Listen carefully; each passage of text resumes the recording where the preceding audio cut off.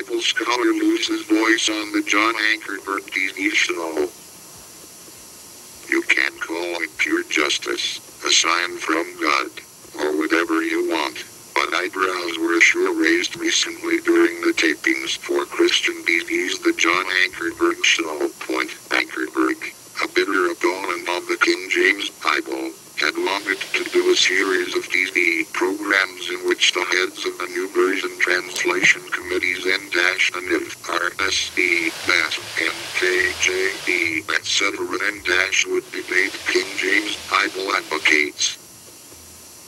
Afraid that the King James people would get the upper hand and win the debate, Ankerberg attempted to stack the deck. He invited 5 New Version scholars but only 3 King James advocates. Since Ankerberg is himself a fervent promoter of the NIV and other false versions, that made the odds 6-3. But the 3 King James men N-Drive, Joseph Chambers, Drive, Samuel Jipp, and Drive, Thomas Strauss, weren't deterred by the odds. They accepted John Ankerberg's invitation anyway, so that they could get out their vital and important message and that the King James Bible is the only trustworthy, accurate, scholarly, and whole Bible available in the world. The John Ankerberg programs are taped in advance in Chattanooga, Tennessee, and then shown later to a national TV audience. For the Bible version debate, 8 shows were taped. However, in one of these shows, Ankerberg and the New Bible version people were forced to call an abrupt halt right in the midst of the taping. It happened when Ankerberg asked Drive, Don Wilkins, of the New American Standard Version Translation Committee, a key question. Is it true, asked Ankerberg, as Gail Riplinger reported in her best-selling book, New Age Bible Versions, that a number of the scholars who worked on the new translation committees lost their voice as punishment by God? As the TV cameras captured the moment, Drive, Wilkins opened his mouth to answer and nothing came out. No sound. Wilkins kept trying to clear his throat, but he couldn't respond.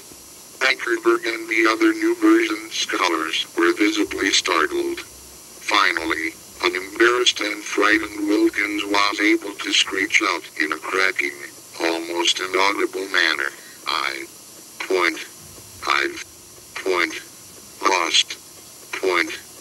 my voice. A shocked John Ankerberg ordered the cameras to stop and back up, whereupon Drive, Joseph Chambers, a King James only advocate, politely protested. The cameras should record exactly what happened here, Chambers insisted. But Ankerberg was hearing none of it. After a brief delay, the TV cameras began to roll again, after the amazing segment of Drive. Wilkins losing his voice had conveniently been excised. But our miraculous God wasn't through yet. Ankerberg had taped 8 programs in all, but after broadcasting only 2 of them, he pulled the others off the air and refused to continue the series. When we called his office to ask why, we were pointedly told that it was because the series was a financial flop. When the first 2 of the 8 programs aired, people did not send in enough contributions. In other words, Ankerberg claims that the series wasn't making enough money.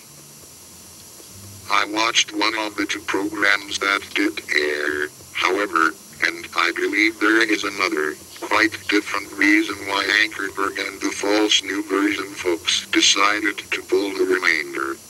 At one point, the New Version scholars were clearly frustrated when Drive, Chambers asked them why, an astounding 46 times in the NIV, the title of Master for our Lord Jesus had been changed to Teacher.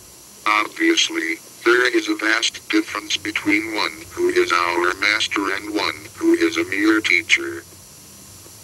Such poignant episodes, make me doubt Ankerberg's rationale as to why he quickly jerked the remaining programs from the broadcast schedule. If, as he claims, Ankerberg pulled the series because he wasn't bringing in enough money, what does that tell us about his ministry?